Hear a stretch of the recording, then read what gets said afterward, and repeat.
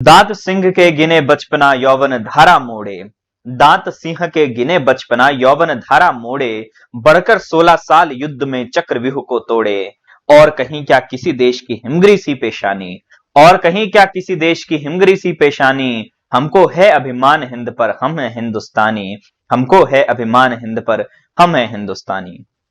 Doctor गिरजा शंकर त्रिवेदी जी की ये पंक्तियां हैं, और इन पंक्तियों से जैसे जोश आ जाता है, आई होप उसी जोश के साथ आप इस लेक्चर को सुनेंगे। तो चलिए शुरू करते हैं आज के इस लेक्चर में, जिसमें हम लाइफ प्रोसेसेस की सीरीज में अब हम अपने मेन प्रोसेस की तरफ बढ़ते हैं। मतलब अब तक वाल जो थे वो भी मेन ही थे, ऐसी बात नहीं है कि उनको इग्नोर कर दोगे, वो भी मेन है।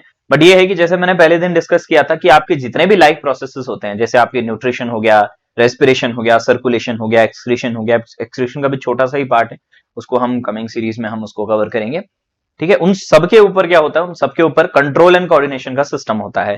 तो आज हमारा जो टॉपिक है that is control and coordination. ठीक है, जैसे हमने डिस्कस किया था कि भाई आपका जो न्यूट्रिशन है, रेस्पिरेशन है, साथ ही साथ उनको तो कंट्रोल करना ही करना है, उनको रेगुलेट तो करना ही करना है कि कब चालू करना है, कब बंद करना है। ठीक है, अब डाइजेस्टिव एंजाइम कब रिलीज होंगे, ये सारी चीजें हैं, इनका रेगुलेशन तो होगा ही होगा ना। और इनको रेगुलेशन करने के लिए कोई ना कोई सिस्टम चाहिए, साथ ही साथ दो चीजों को साथ में कंडक्ट करना है तो उसके लिए कोऑर्डिनेशन का सिस्टम भी चाहिए। तो इसीलिए हमारी बॉडी में क्या होता है, हमारी बॉडी में कंट्रोल एंड कोऑर्डिनेशन का सिस्टम होता है। तो आज का जो हमारा टॉपिक है वो है कंट्रोल एंड कोऑर्डिनेशन। तो चलिए शुरू करते हैं। ठीक है, सो जैसे कि मैंने डिस्कस किया, लाइफ प्रोसेसेस जो है वो बहुत ज्यादा जरूरी है आपके नॉर्मल बॉडी फंक्शनिंग के लिए, और इन सब के फंक्शनिंग के लिए जरूरी है एक सिस्टम जिसको हम कहते हैं कंट्रोल एंड कोऑर्डिनेशन। ठीक है, so the processes involve in normal functioning and metabolism of the body, उनको हम क्या कहते हैं, they are called as life processes, they are called as life processes. And life process की स्टडी को जैसे मैंने भी डिस्कस किया था पहले भी कि फिजियोलॉजी कहते हैं। इसमें क्या आ जाता है, इसमें आपका न्यूट्रिशन, रेस्पिरेशन, ट्रांसपोर्टेशन, एक्सक्रीशन आता है, and above all comes the system of control and coordination. ठीक है, सो देखिए जैसे हमने पहले भी डिस्कस किया था कि आपका जो कंट्रोल एंड कोऑर्डिनेशन वाला सिस्टम है वो क्या करता है, वो इन सभी चीजों को कंट्रोल करता है। न्यूट्रिशन हो गया, respiration, transportation, excretion, and above all is control and coordination, जो आपस में कोऑर्डिनेट करेगा कि हाँ भाई न्यूट्रिशन और रेस्पिरेशन साथ में किस तरीके से काम करेंगे, रेस्पिरेशन और ट्रांसपोर्टेशन, एक्सक्रीशन किस तरीके से, ये जो कोऑर्डिनेटेड प्रोसेसेस है, मतलब हमारी बॉडी की फंक्शनिंग जो है बहुत कोऑर्डिनेटेड तरीके से होती है। मतलब एक प्रोसेस के बाद एक प्रोसेस, बहुत सारी हमारे बॉडी में एक साथ बहुत सारी मेटाबॉलिक रिएक्शंस चल रही हैं, कहीं पर कैटाबॉलिज्म हो रहा है, कहीं पर एनाबॉलिज्म हो रहा है, और इन सब चीजों को कंट्रोल करने के लिए हमारे पास क्या है, कंट्रोल एंड कोऑर्डिनेशन का सिस्टम है। समझ ही गए होंगे आप कि कंट्रोल एंड कोऑर्डिनेशन में हमने क्या पढ़ना है। ठीक है, तो चलिए शुरुआत करते हैं। सबसे पहले बात करते हैं मूवमेंट्स को लेके। मूवमेंट्स क्या होते हैं, जनरली हम ये सोचते हैं कि हाँ भाई जब भी मूवमेंट होगा, movement is related to motion, हम ये सोचते हैं कि हाँ भाई डिस्प्लेसमेंट होगा, आप एक जगह से दूसरी जगह तक खेलें, जैसे मैं अगर यहां से यहां तक चल रहा हूं तो ये क्या है, ये एक तरीके का मूवमेंट है, हम जनरली ये सोचते हैं। बट अगर हम ये सोचे कि प्लांट्स में मूवमेंट होते हैं या नहीं होते हैं, या बहुत सारे ऐसे मूवमेंट्स होते हैं जो जिनमें इस तरीके का मोशन नहीं होता, मतलब आप क्या है, आप एक जगह से दूसरी जगह तक डिस्प्लेस नहीं होते, but still you say that they are movements. ठीक है, सो मूवमेंट्स को जनरली आप इसी चीज से ना लिंक करें कि हाँ भाई आप मूव कर रहे हैं। देयर आर सर्टेन, जैसे अगर हमारी बॉडी की बात करूं तो बॉडी में बहुत अलग अलग तरीके के मोशंस हैं, अलग अलग तरीके के मूवमेंट्स हैं। ठीक है, जैसे हमारा ग्रोथ है, ठीक है, so it is also a kind of this is also kind of a movement. ठीक है, हम क्या कर रहे हैं, हम धीरे धीरे हमारी एज के साथ साथ हमारी हाइट बढ़ती रहती है, so that is a kind of movement. उसी तरीके से प्लांट की भी अगर मैं बात करूं तो plant also shows growth and movements. ठीक है, सो अगर हम ह्यूमन बींग्स के मूवमेंट्स की बात करें या अलग अलग तरीके के एक्शंस की बात करें, ठीक है ना, so you generally have two types of actions. ठीक है, सो इसको भी डिस्कस कर लेते हैं। दो तरीके के एक्शंस होते हैं हमारे पास, जैसे ये हैं, दीज आर वॉलेंट्री एक्शंस। जैसे अगर मैं हाथ हिलाऊं और ये सब करूं, मतलब मैं बोल रहा हूं, मैं इधर जा रहा हूं, मैं उधर जा रहा हूं, मैंने ऐसे किया, मैंने वैसे किया, ये सब क्या है, इनको मैं कंट्रोल कर रहा हूं। मैं अपने आप को क्या, मतलब अपने मर्जी से चला रहा हूं। अगर मैं हाथ को हिला भी रहा हूं तो अपनी मर्जी से हिला रहा हूं, है कि नहीं। अगर मैं चल रहा हूं तो अपनी मर्जी से चल रहा हूं, मैं अपने आप को कंट्रोल कर सकता हूं। ये ऐसे मोशंस है जिनको मैं कंट्रोल कर सकता हूं। लेकिन कभी सोचो कि आपकी बॉडी में कुछ ऐसे भी मूवमेंट्स होते हैं जिनको आप कभी कंट्रोल नहीं कर सकते।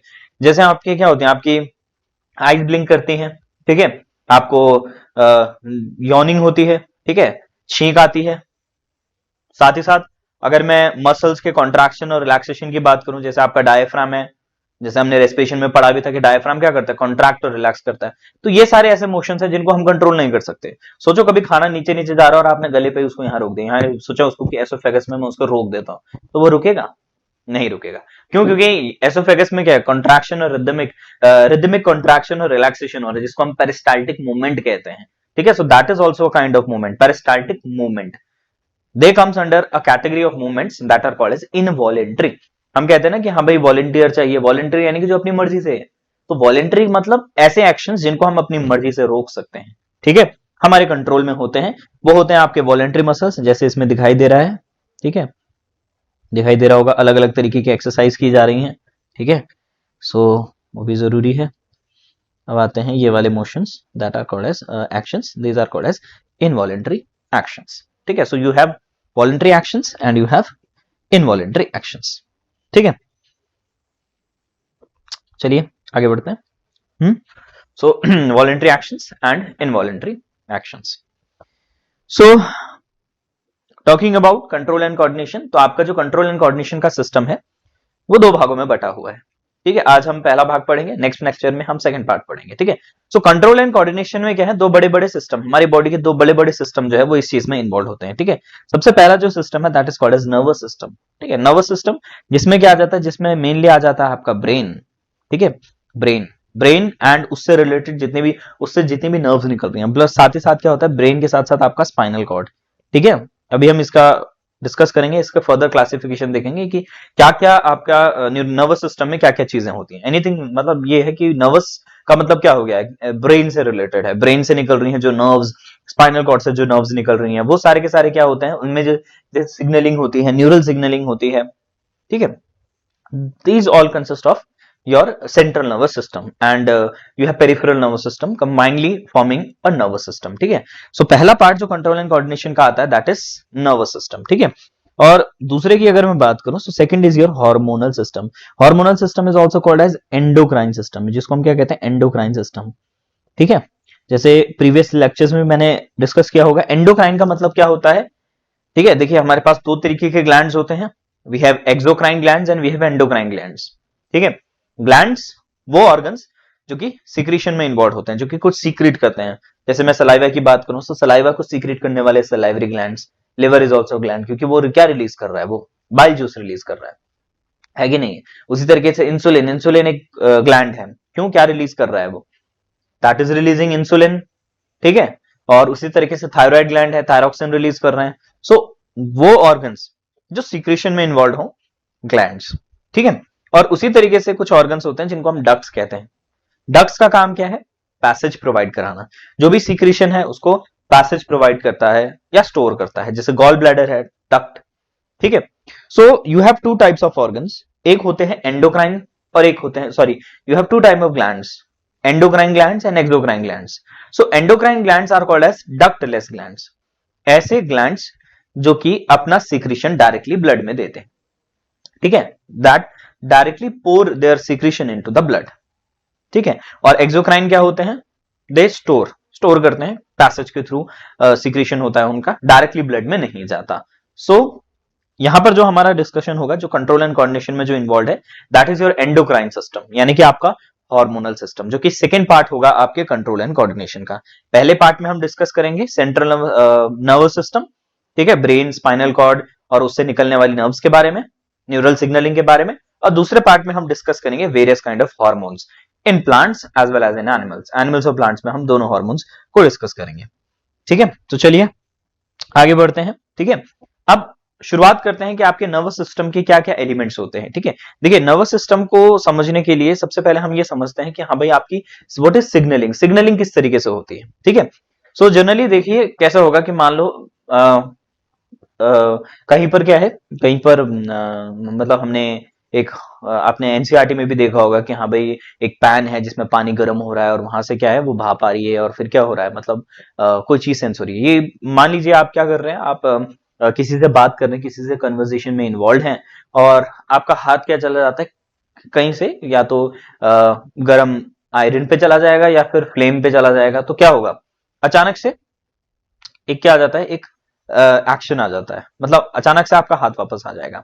या फिर अदरवाइज अगर मैं ये कहूं कि बाहर से क्या होगा, बाहर से जितना भी मतलब बाहर के जितने भी सिग्नल्स हैं, ठीक है, चाहे वो आपके इन्वायरमेंटल सिग्नल्स हैं, जैसे टेम्परेचर हो गया, you have various kind of signal, जैसे और उन्हीं सिग्नलिंग के अकॉर्डिंग, मतलब जैसा हमारे पास क्या होता है, जैसा एक्शन होता है उसी तरीके से हमारा रिएक्शन होता है, ठीक है ना। अब उस रिएक्शन और एक्शन के लिए जरूरी है कि वहां पर क्या हो, एक सिग्नलिंग का प्रोसेस हो, ठीक है।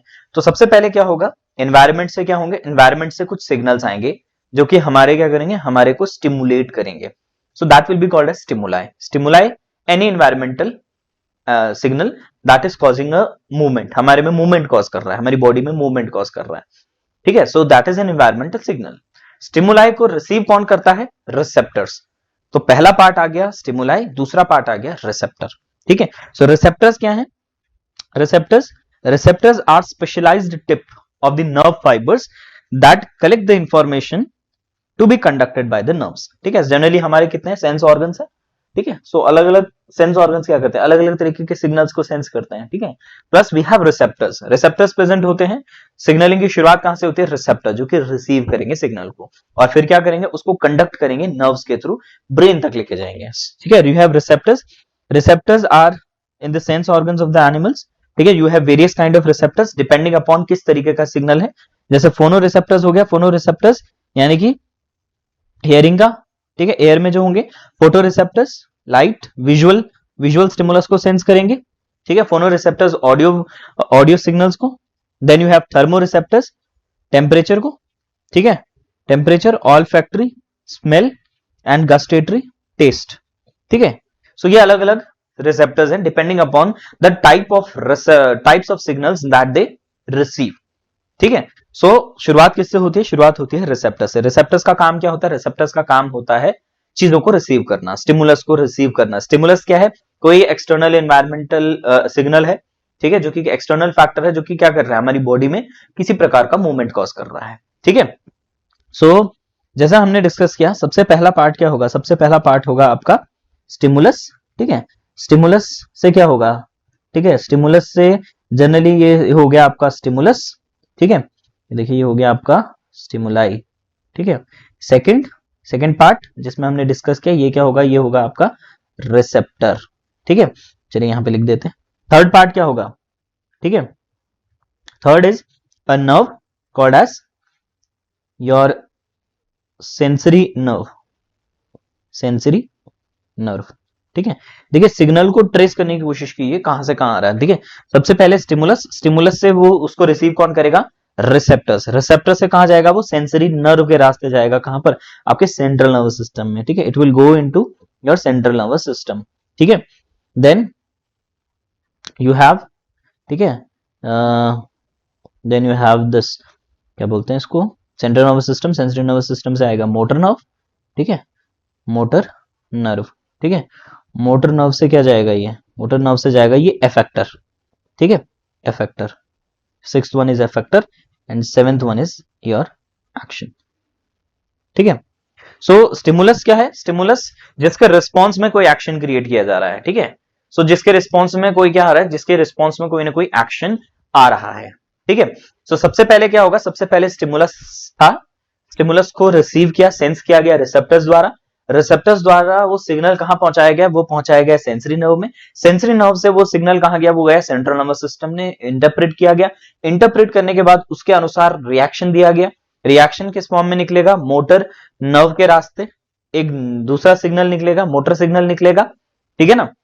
वो जाएगा मोटर न्यूरॉन के रास्ते, मोटर न्यूरॉन से मोटर नर्व से वो जाएगा एफेक्टर वो ऑर्गन जो कि एक्शन क्रिएट कर रहा है, वो जो एक्शन कर रहा है, ठीक है ना, जनरली हमारी मसल्स, ठीक है।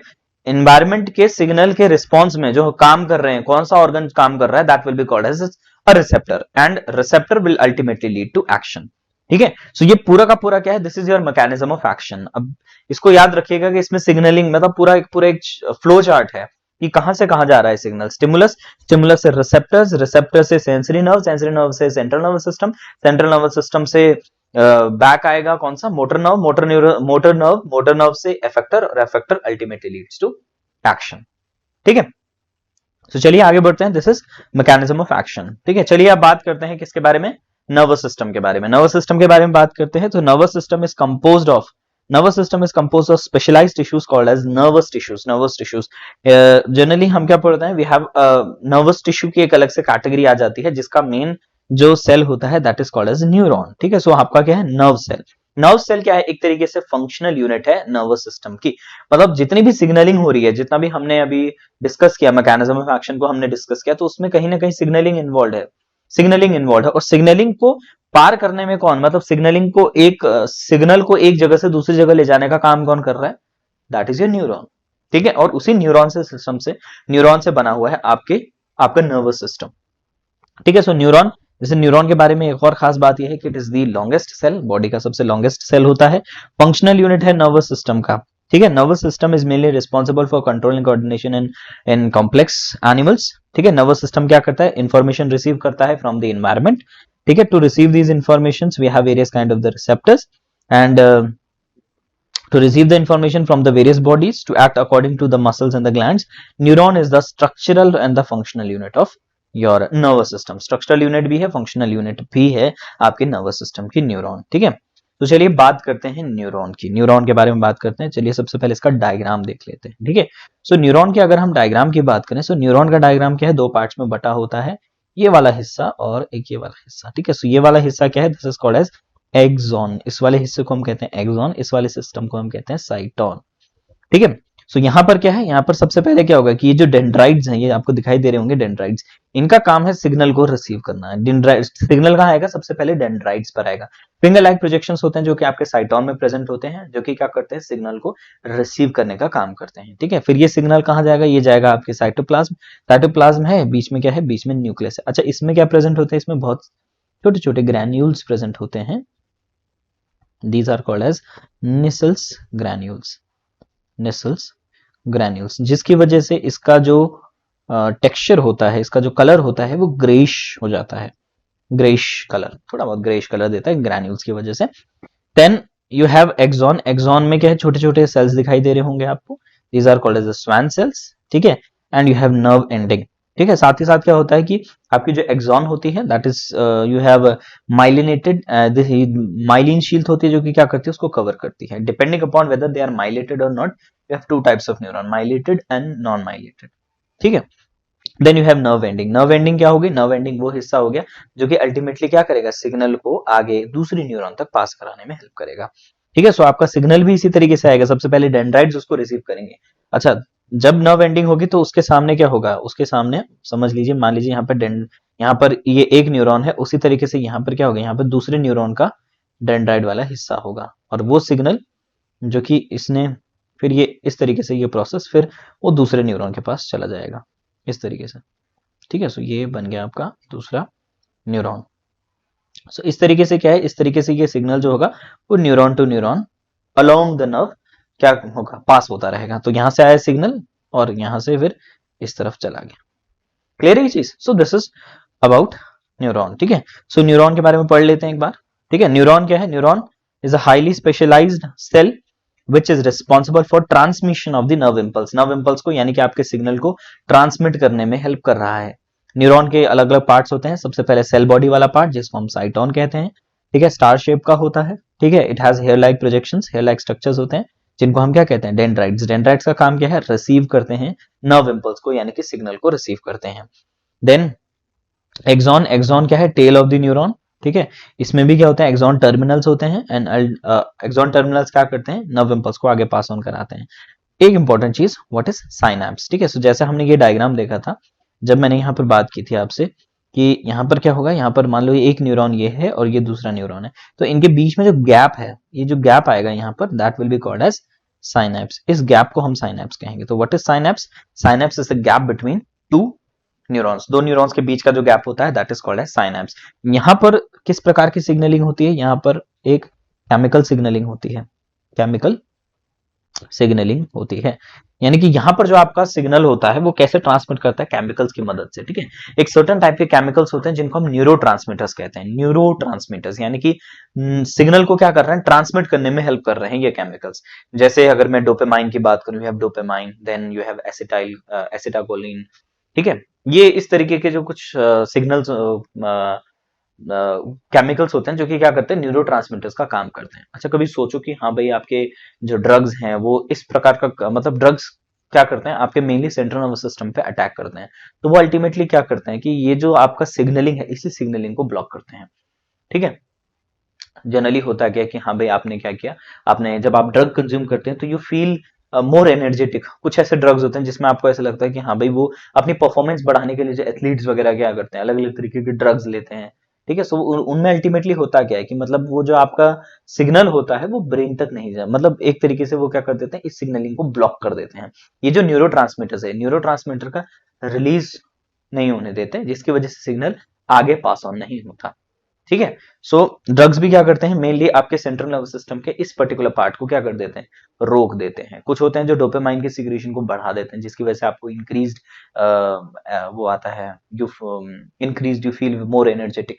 कुछ होते हैं जो कि हेलुसिनिक प्रॉपर्टीज और यूफोरिक प्रॉपर्टीज, उस तरीके की प्रॉपर्टीज को उस तरीके के एक्शंस को करते हैं, ठीक है। सो उनमें भी क्या है, उनमें भी अल्टीमेटली यही उनका मतलब उनका जो रीजन होता है वो कहीं ना कहीं इस साइनैप्स की सिग्नलिंग से जुड़ा होता है, ठीक है।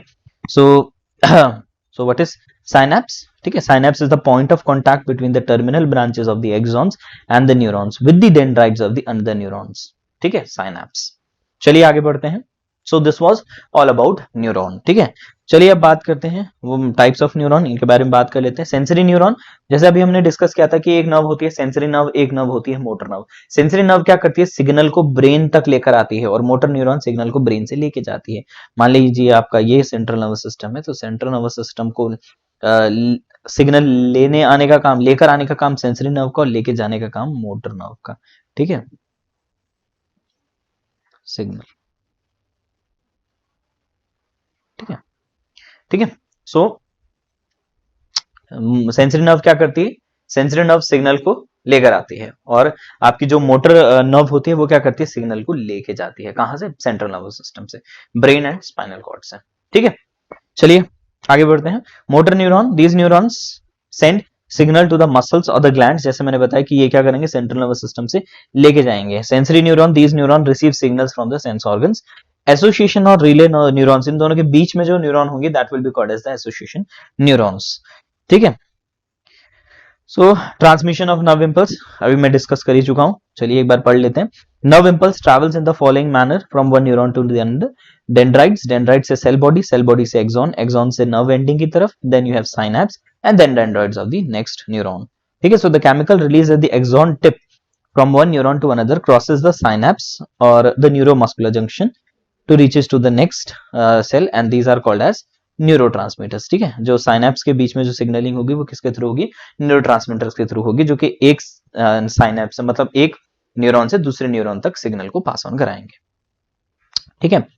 बात करते हैं आपके नर्वस सिस्टम की, ठीक है। सो नर्वस सिस्टम का देखिए, नर्वस सिस्टम को आप कैसे क्लासिफाई कर सकते हैं, ये पूरा चार्ट आपको दिखाई दे रहा होगा, ठीक है। नर्वस सिस्टम में क्या है, सेंट्रल नर्वस सिस्टम है। So first of all you have central nervous system, then you have peripheral nervous system. Central nervous system में क्या जाता है, brain and spinal cord, brain and spinal cord are our central nervous system. अच्छा, brain और spinal cord से जो nerves निकलती हैं they forms the peripheral nervous system, ठीक है। जब ब्रेन से जो नर्व निकल रही हैं they are called as cranial nerves, and then जो स्पाइनल कॉर्ड से जो नर्व्स निकल रही हैं they are called spinal nerves, ठीक है। और इसी पेरिफेरल नर्वस सिस्टम को सोमैटिक और ऑटोनॉमिक नर्वस सिस्टम में डिस्कस किया जा सकता है। सोमैटिक क्या आ जाता है, वॉलेंट्री वाला पार्ट। सोमैटिक कौन सा पार्ट है, सोमैटिक वॉलेंट्री वाला पार्ट है, ठीक है। और आपका जो ऑटोनॉमिक है दैट इज इनवॉलेंट्री, ये इनवॉलेंट्री वाला पार्ट है, ठीक है, इनवॉलेंट्री वाला पार्ट है। ये भी दो पार्ट्स में डिवाइडेड है। Autonomic nervous system it is divided into parasympathetic and sympathetic nervous system, ठीक है। So nervous system is divided into central nervous system, peripheral nervous system. Central nervous system consist of brain and spinal cord. Peripheral nervous system में क्या जाती है, आपका autonomic nervous system and somatic nervous system. Autonomic nervous system further दो parts में divided है, parasympathetic and sympathetic nervous system, ठीक है। चलिए बात करते हैं ब्रेन की, ठीक है। सो जैसे कि हमें पता है कि ब्रेन क्या है, ब्रेन हमारा मेन कंट्रोल सेंटर है। हमारी बॉडी के जितने भी एक्शंस हैं उनको कंट्रोल करने का काम क्या है, ब्रेन के अलग अलग हिस्से होते हैं जो कि क्या करते हैं, अलग अलग पार्ट्स को कंट्रोल करते हैं, ठीक है। सो ब्रेन क्या है, ब्रेन नर्वस टिश्यू से बना हुआ है, तीन लेयरें होती हैं ब्रेन के। ब्रेन सबसे पहले तो ब्रेन के बाहर क्या होता है, एक बोनी बॉक्स होता है जिसको हम क्रैनियम कहते हैं, ठीक है। और इसीलिए ब्रेन से रिलेटेड कुछ भी चीज होती है उसको हम क्रैनियल वर्ड से डिनोट करते हैं। क्रैनियम, क्रैनियम क्या है, हमारा बोनी बॉक्स है, स्कल है, जो कि क्या कर रहा है, आपके ब्रेन को क्या कर रहा है, कवर करके रख रहा है, ठीक है। अब स्कल के बाद क्या है, स्कल के बाद you have various kinds of layers, ठीक है। सिस्टम ऑफ लेयर्स होती हैं या मेम्ब्रेन्स कह सकते हैं, these are called as the meninges, ठीक है। So brain is covered by 3 layer system of membrane called as meninges, ठीक है। And then you have cerebrospinal fluid होता है, जो कि क्या प्रेजेंट होता है मेनिंग्स के बीच में, ठीक है। सो ह्यूमन ब्रेन 3 पार्ट्स में डिवाइडेड होता है, fore brain, mid brain and hind brain. Fore brain आगे वाला हिस्सा, mid brain and then your hind brain. Fore brain में क्या आ जाता है? फोर ब्रेन में आ जाता है सेरिब्रम। सेरिब्रम हमारे ब्रेन का सबसे लार्जेस्ट पार्ट है, ठीक है। Then you have mid brain जिसमें आ जाता है आपका हाइपोथैलेमस, ठीक है। Then you have hind brain. Hind brain में क्या प्रेजेंट होता है? Cerebellum. Then you have medulla oblongata and pons region, ठीक है, मेडुला ऑब्लोंगेटा, ठीक है।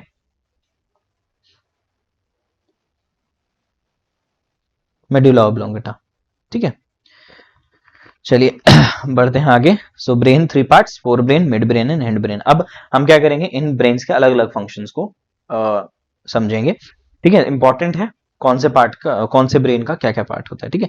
तो सबसे पहले जैसे ये ह्यूमन ब्रेन है, इसको आप समझिए, ठीक है। सो ये वाला जो हिस्सा है, ठीक है, ये वाला जो हिस्सा है, ये पूरा का पूरा क्या है? ये पूरा का पूरा जो है आपका, this is your cerebrum, this is your cerebrum, ठीक है। सेरिब्रम जो होता है वो दो पार्ट्स में डिवाइडेड होता है, दो सरफेस में। एक एक हेमिस्फेयर आपको इस तरफ नजर आ रहा होगा, दूसरा हेमिस्फेयर उस तरफ होगा, ठीक है। बीच में एक लेयर होती है, ट्रैक होता है नर्व टिश्यू का, जो कि क्या करता है, इनको सेपरेट करके रखता है, ठीक है। So you have right hemisphere and you have left hemisphere. अच्छा, सेरिब्रम में क्या होते हैं? अलग अलग लोब्स होते हैं, ठीक है। सेरिब्रम में अलग अलग लोब्स होते हैं जो कि अलग अलग फंक्शंस करते हैं, जैसे आपका फ्रंटल लोब हो गया, then you have parietal lobe, occipital lobe, then you have temporal lobe, ठीक है। Then this is your pons region, medulla, ठीक है। मेडुला हो गया, सेरिबेलम हो गया, ठीक है। अच्छा, पॉन्स और मेडुला मिलकर क्या बनाते हैं? They form your brain stem, it is called as brain stem, ठीक है। और यहीं से ये कंटिन्यू होता है किसके साथ? स्पाइनल कॉर्ड के साथ, ठीक है। सो ब्रेन के अलग अलग पार्ट्स को याद रखिएगा, उनके अलग अलग फंक्शंस को याद रखिएगा, ठीक है। सो बढ़ते हैं आगे। सेरिब्रम, सेरिब्रम के बारे में बात करते हैं। जैसे मैंने अभी डिस्कस भी किया कि सेरिब्रम क्या है। सेरिब्रम हमारे ब्रेन का सबसे लार्जेस्ट पार्ट है, ठीक है, largest part of the brain, it is cerebrum. Divided होता है दो हेमिस्फेयर में, जिसको हम कहते हैं cerebral hemisphere. Then it has different lobes जो कि अलग अलग काम करते हैं। Frontal lobes, you have parietal lobes, occipital lobe, temporal lobes. Functions क्या है सेरिब्रम के? मेनली हमारे वॉलेंटरी एक्शंस के लिए रिस्पॉन्सिबल होता है, साथ ही साथ मेमोरी, इंटेलिजेंस, लर्निंग, इन सब चीजों के लिए भी क्या है, सेरिब्रम रिस्पॉन्सिबल है। It is the voluntary actions के लिए है, auditory perceptions, tactile perception, sensory perceptions, ठीक है, अलग अलग जितने भी हमारे सेंसेस हैं उनको कंट्रोल करने का काम, लर्निंग का काम, मेमोरी का काम, इंटेलिजेंस, ठीक है। Then you have hypothalamus. Hypothalamus, hypothalamus क्या है? ये एक इंपॉर्टेंट ये एक इंपॉर्टेंट एंडोक्राइन ग्लैंड भी है, ठीक है। सो ये किसके लिए रिस्पॉन्सिबल होता है? ये हमारे जो सर्काडियम रिदम है, यानी कि हमारी जो स्लीप और वेक का जो पैटर्न है, कब सोना है, कब जागना है, नींद आना, ये सब, ये सारे कुछ चीजों को कौन कंट्रोल करता है? ये हाइपोथैलेमस कंट्रोल करता है। साथ ही साथ ये हमारी ईटिंग और ड्रिंकिंग को भी कंट्रोल करता है। सेरिबेलम, सेरिबेलम क्या है? सेरिबेलम हमारे पोस्चर और बैलेंस के लिए रिस्पॉन्सिबल होता है, ठीक है। हर किसी का, हर ब्रेन के एक स्पेसिफिक फंक्शन पकड़ लीजिए। सेरिब्रम जो है वॉलेंट्री के लिए, हाइपोथैलेमस और स्लीप एंड वेक पैटर्न के लिए, जैसे medulla, medulla for involuntary actions, pons control करता है ब्रेन के अलग अलग हिस्सों को एक साथ कोऑर्डिनेट करने का काम, ठीक है। साथ ही साथ सेरिब्रम जो है, सेरिब्रम प्रिसीजन में भी है कि अगर कोई वॉलेंट्री एक्शन हो रहा है तो कितना प्रिसाइज तरीके से हो रहा है। जैसे अगर मैं किसी को चांटा मार रहा हूँ तो कितने प्रिसाइजली मार रहा हूँ, कि हाँ मैंने कहा कि तेरी कनपट्टी के नीचे मारूंगा तो वहीं पर मारा, ठीक है ना। सो प्रिसीजन मतलब आप टू द पॉइंट, कितने बढ़िया तरीके से आप कितने प्रिसाइजली आप काम कर रहे हैं, उन सब चीजों के लिए कौन रिस्पॉन्सिबल होता है? सेरिबेलम रिस्पॉन्सिबल होता है, पोस्चर एंड बैलेंस के लिए, प्रिसीजन के लिए, ठीक है।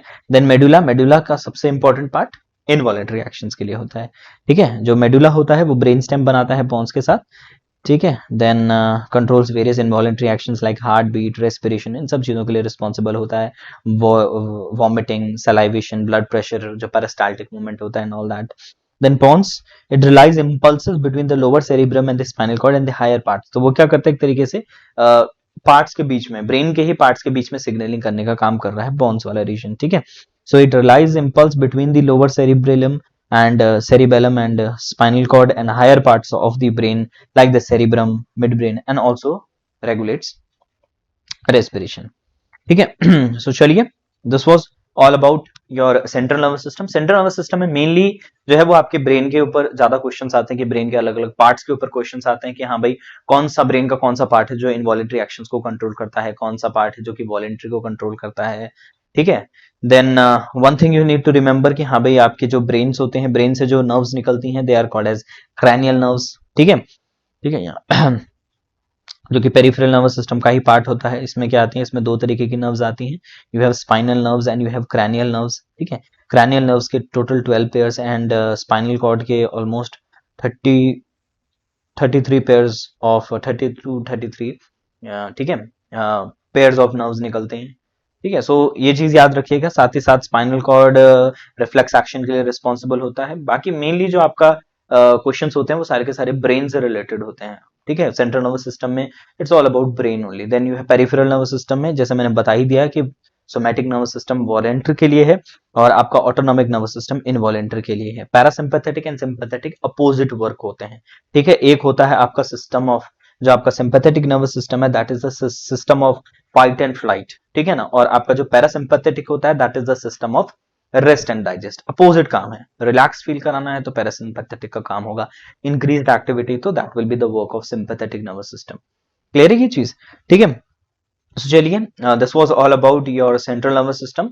नेक्स्ट लेक्चर में हम इसी सीरीज को कंटिन्यू करेंगे, इसी प्रोसेस को कंटिन्यू करेंगे and we will learn about various endocrine glands of a human body, plus we will talk about the various hormones in plants में अलग अलग तरीके के हार्मोन्स को डिस्कस करेंगे और ह्यूमंस में भी अलग अलग तरीके के हार्मोन्स को डिस्कस करेंगे, इंपॉर्टेंट क्वेश्चंस को भी डिस्कस करेंगे। सो चलिए, till then, bye bye, Tata.